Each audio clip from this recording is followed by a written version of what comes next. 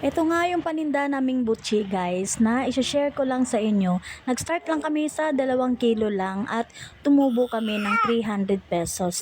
Iniba-iba ko na nga ang mga flavors nito guys para hindi na magsawa ang mga customer sa isang flavor lang.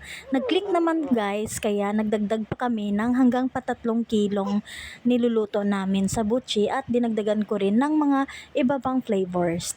Ang sarap nga nito guys kasi lagi namang ubos dito sa amin. At dati nga guys ay nakapag-umpisa kami ng 60 pieces lang na naluluto namin. Ngayon ay nakakapagluto na kami ng umaabot ng 169 pieces or 150 pieces.